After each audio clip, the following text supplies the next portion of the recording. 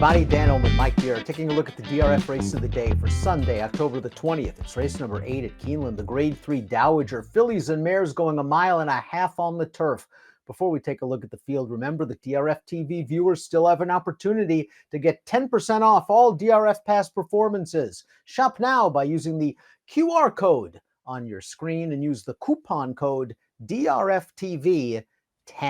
Here's the field for the Grade 3 Dowager. Remember to access free formulator past performances for this race on the Race of the Day event page at DRF.com.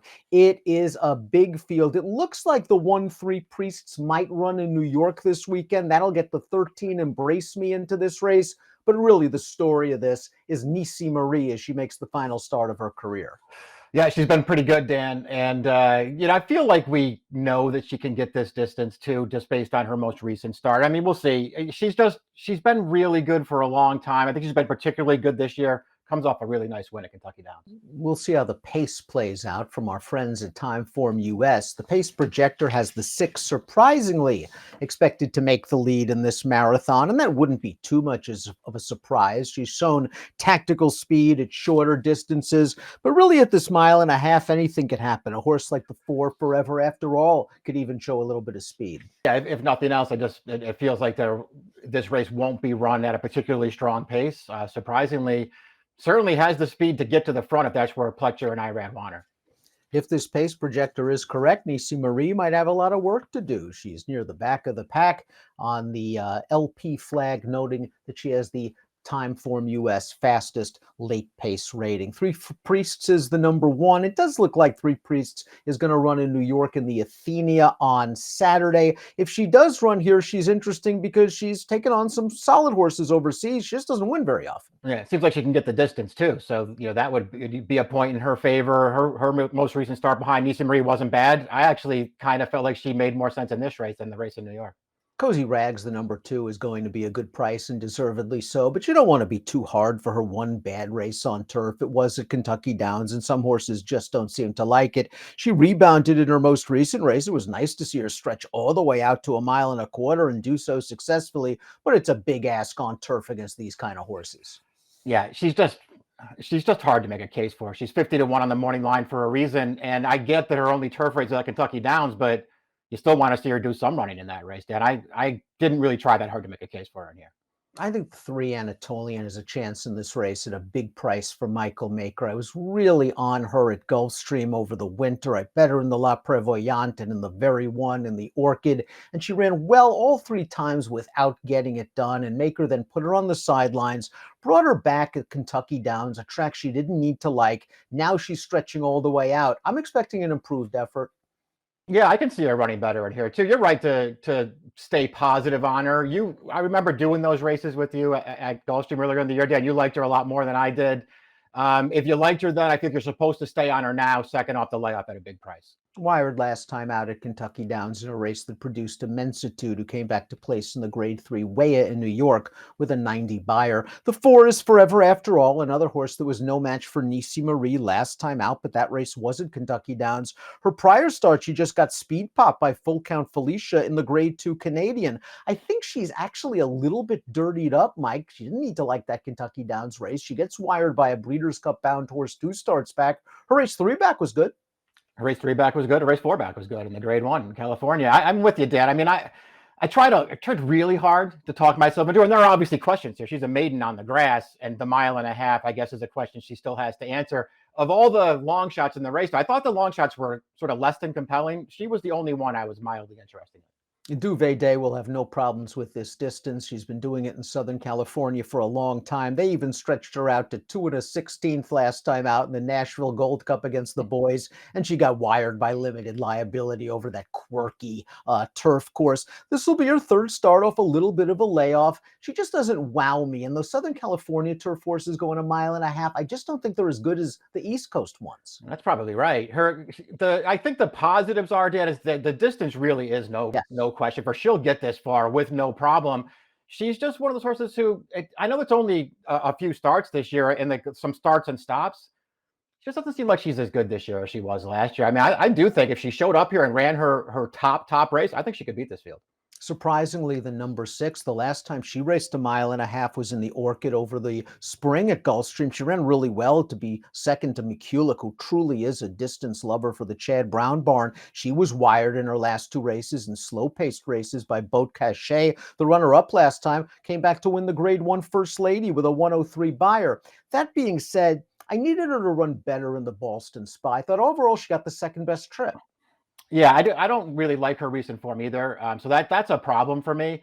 The other problem for me, Dan, is I don't really know what her best distance is. I don't know if she wants to go shorter. I don't know if she wants to go longer. I don't know if she sort of wants those middle distance turf races. It's a real question. She's good enough to beat this field though, and I always have to bring this up for some reason. But we've done each of her last 4 races.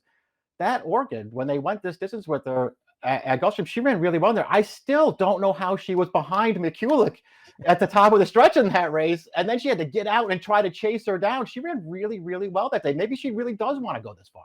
Well, she figures to be forward this time around. Irad and Pletcher, 6-1, a very fair price. The 7 is Chop Chop, a horse that certainly fits with these horses from a class perspective. Again, I'm not too interested in the Kentucky Downs race behind Nisi Marie last time, but before that, she's in against McCulloch. Before that, she's in against Warlike Goddess, and she's holding her own against these kind of horses. She's not a superstar, but I think she's pace adaptable, and she'll be running in the stretch. I like that about her too. I mean, she's got, obviously, if you're one of the people who likes to look at figures, she fits in that regard. The distance isn't really an issue for her. She's probably getting a really good trip in this race because she can be forward, but doesn't really need the early lead. I mean, I didn't think she was that hard to make a case for. That being said, I can't say that I'm her biggest fan, and I'm not sure how short I'd want to go on her as far as price. I think the 5-1 money line is probably fair. Jonathan Thomas found the right spot, certainly last time out for the 8 Mrs. Aster. She was odds on in an allowance race at Colonial, and she also got a great pace set up from the back of the pack, a fast pace to attack. She kicked him down and just got there, beat 2 minor next out winners. The waters get deeper.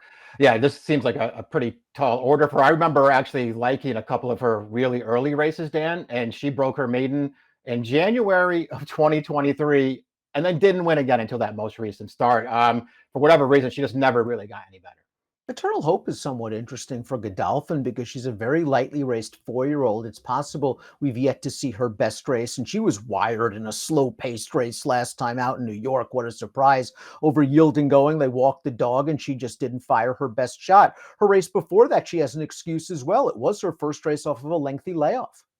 Yeah, I know. The most interesting thing about the Flower Bowl too, Dan, is that they just, Franco just took her under a hard hold and buried her behind horses as they walked on the lead. The race off the layoff, and I know that she was probably fresh off the layoff in the Glens Falls. That pace was fast for a mile and a half, and she was right up there pushing it the entire way, and she ran really well. And they just rode her totally differently last time, and maybe it made the difference. Upside here, distance no problem, top connections. Another horse I wouldn't be dying to take a short price on her, but I think she's a contender. The Warlike Goddess emerged from that last race to come back and run second in the Joe Hirsch Turf Classic against the boys with 100 Beyer. The 10 is Let's Be Frank, baby. What a fascinating entrant this is. She's an Australian bred by Frankel, sold for $306,000 as a yearling. Now will be making her first start for some top connections. Gary Barber and Mark Cassidy know what they're doing with these private purchases. I have no idea what we're going to get with this horse. I don't know if I take 8-1.